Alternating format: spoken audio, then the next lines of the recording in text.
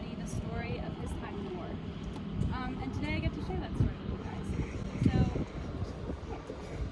Raymond, and I'm going to call him Ray for the rest of the time I'm talking about him. Ray was born on January 19th, 1999, or 1919, no, 1919, and he was the 9th of 10 children, and he would joke that 9 was his lucky number. He was born to 2 Norwegian immigrants, and he was born in Outlook, Saskatchewan, which is just near Saskatoon, for those of you that are super familiar with Saskatchewan. We are. They're a pretty poor family, obviously.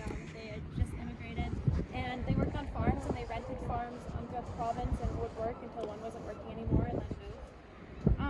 And when asked kind of about his home life, he said, well, it was pretty tough times, you know. There was no money around, but there was always a crowd around home naturally with that many kids. They didn't have any money, but we always had lots to eat. We were pretty comfortable. So Ray went to school until grade 8, which was pretty common for farming families just because he needed the help. And actually, when he was asked about his time in school and asked kind of about what subjects he likes, something I just kind of found funny, he said, I absolutely hated history. It seemed useless. He said it seemed like a useless thing to me at the time, but now I sure understand that it's pretty handy. So he went to school, and then after grade 8, he just started farming. And this was all through the Great Depression, and so they farmed, and when farming wasn't working, they worked on logging, and just trying to make ends meet. And to him, he really thought that farming was just going to be his life, because that's all he'd ever known. And then 1939 happened, and a new opportunity presented itself. He initially tried to enlist, and they turned him down because he had flat feet. And this was really tough on him. He talks kind of about how this just really interrupted his idea of what he would be doing, and there was kind of a shame in staying home. But by 1940, he actually was called to go to compulsory training in this place called Thunder in Saskatchewan. It initially was a place of relief during the Great Depression, and then turned this into Saskatchewan's largest military base during the Second World War. So that was 1940. He came home, and finally by 1943, he was able to enlist. So eventually, he left Outlook and went all the way down to Regina, Saskatchewan, which is about 2 hours. And he had some family in Regina, and at this time, this was the furthest he had been. He'd been to Regina to see family before, but Outlook, Saskatchewan to Regina, Saskatchewan, that was as the world as he knew it. He did his basic training in Regina. He kind of writes in some letters about how much fun it was and how he got to learn about international relations. And this was like a really exciting thing for him, go to YMCA dances. And then from Regina, he went to Red Deer, Alberta. And this is now the furthest he's ever been away from home. Now you're in a whole new province. So he spent some time in Red Deer, Alberta. And he's asked, in his interview, he was asked sort of, kind of, why did you want to enlist? And he said, quote, I felt it was my duty, really, even though it was a tough decision, you know?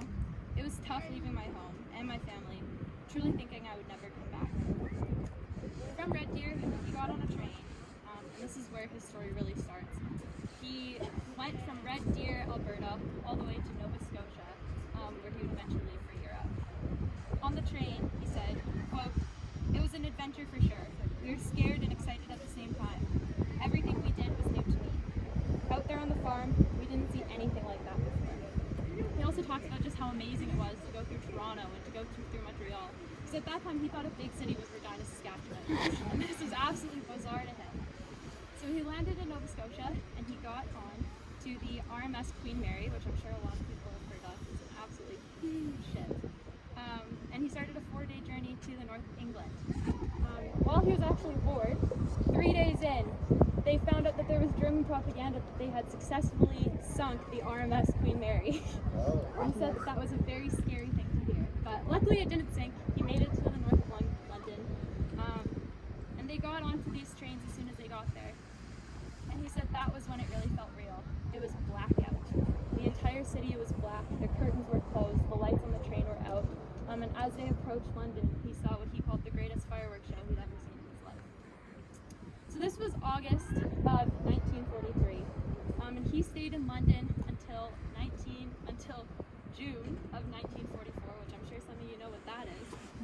And he stayed there and he enjoyed his time there, training, getting ready to go. And then he recalls, on the morning of June 6th, quote, it was a sunny day, but the sky was black with planes. we were in business now, and we'd be going any day. He arrived on Juno Beach on D-Day +6. And he had joined the transportation unit. And this was something that initially I heard of him being in the transportation unit, and I was kind of like, trucks? Like, okay, I don't know anything about trucks. But as I learned more about it, I really started to understand how absolutely crucial this was to the Second World War.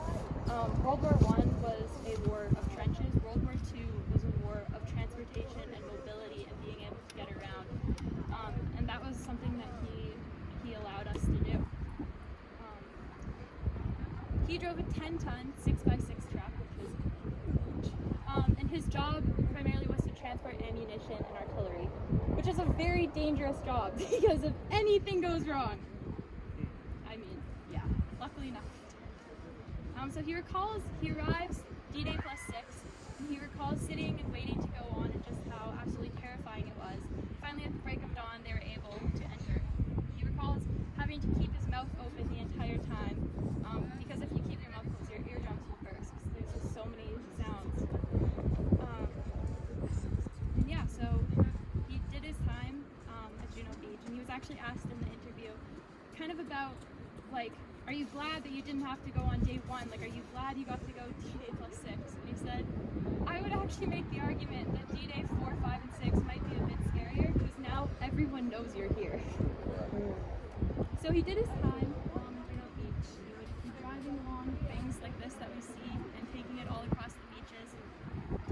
And following Juno Beach, he made his way to Caen, which we are all now familiar with.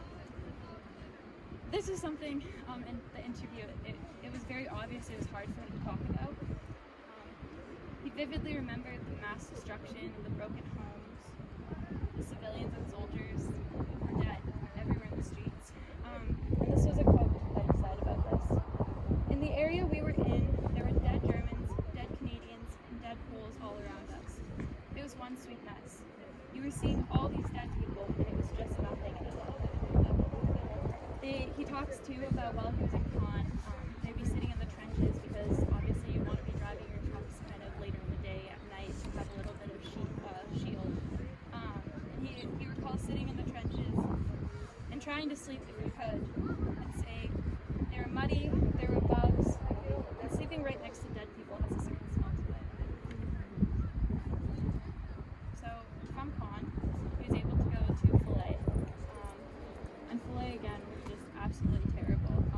You can tell in the interview that it's really hard for him to talk about. He says about Falaise, what stands out in my mind mostly was the destruction and the fighting going on. It was hell on earth. You could have been killed at any day or at any time. So luckily he was able to get out of Falaise. And from there, you know you're European now, so he started to head north and he went through Belgium. He stayed in Antwerp, which is actually one reason we wanted to go there because he said he loved it. And then from there he got into Holland. And he was in Holland and he was at a bar having some drinks, starting to let loose. And he came out of the bar and obviously everything's blacked out, right? And he steps into the street and got hit by a tank. Ouch. He got thrown 50 feet in the air supposedly, and he landed and basically scraped the entire side of his body out. He was in the hospital for 3 months after that, and for so much of it was unable to feed himself. The doctor said it's amazing that he even lived through that. Not to mention that when they finally did collect him off the ground, they had to drive to 3 separate hospitals before they could find one that even had room to take him. So he spent his time. He spent his time in the hospital. This would have been September, and now right before Christmas he was let out. But this time he did not go back to transportation. At this point he joined the number 3 Tipper Platoon, RCASS. So for those of you that don't know, because I did not know what a Tipper Platoon was, what they would do is have dump trucks basically, and you would need to fill craters, sorry Cooper, you would need to rebuild roads, you would need to just help reconstruct things to enable mobility throughout the war area. And so this is what he started to do. He was made a corporal of the Tipper Platoon, and he was in charge of 1 motorcycle and 6 trucks. And that's how he spent the last phase of his war. And this time when he's talking about it, he also just kind of talks about, he's stationed in Emmerich, which is right, it's Germany, right on the border with Holland. And he talks about the death of his lance corporal, and just says how they were working right near a bridge. They were helping to get it set when he was checking on his lance corporal, and he had just left on his motorcycle when his lance corporal drove over a mine. And unfortunately, one man was severely injured and his lance corporal died. And I think for me, when I was hearing him talk about this, I always kind of just associated sort of truck driving with being kind of the safety part of war. And that's not the case. You're right in the middle of it, and if anything, you're a larger target. So the war ended, and he was still alive, and he spent some time in Holland afterwards, waiting to come home. And he talks about sort of the aftermath of it, and being there in Holland, watching people now return to their homes after what's gone on. And he said, quote, "The suffering you see in war, soldiers are more prepared for it. You've trained for it. But the civilian population is who you see and who you feel sorry for." He talks about the smell of these cities, and just the feeling in these cities, and the need to rebuild, but also the need to heal. And then in 1946, he was finally able to come home. So before I kind of get to the last portion of his life, the one thing that was really interesting with my research is that it was 90% oral history. And this is a really, really interesting way to look at history, and it's very different than kind of a typical source of bio, because a lot of the stuff that he said, it's hard to fact check him, let alone he doesn't know where he is most of the time.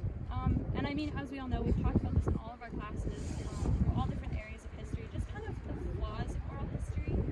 And I mean, he did this interview 40 years after he came home. And what do you remember? I barely remember the beginning of this trip, let alone 40 years ago. And so I kind of struggled with that, because I was like, how much can you trust, and how valuable is this if you don't have the records? Because I wasn't able to get the records in time. But I think there's also something really powerful about hearing sort of the human emotion behind it, and even what stuck with him through all of this. Because even if he doesn't necessarily know the day he was somewhere, or the exact wording of something, he knows how he felt. And just the fact that what he remembers and what he's willing to tell, I think just kind of says a lot about what he went through. So he came back to Saskatchewan, and he met a really nice lady named Lois. And they ended up getting married. He used his money that he got from the government to take his newfound skills and start a trucking company, which was really on his heart. And together they had 6 kids. And they set up a really nice life together. And then the oldest of his 6 kids had a guy named Grant. Hey! And then he ended up having me later.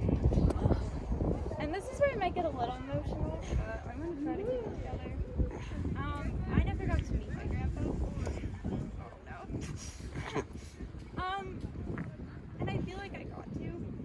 I kind of joked about, I've listened to him ramble on for so many hours now trying to get this thing done.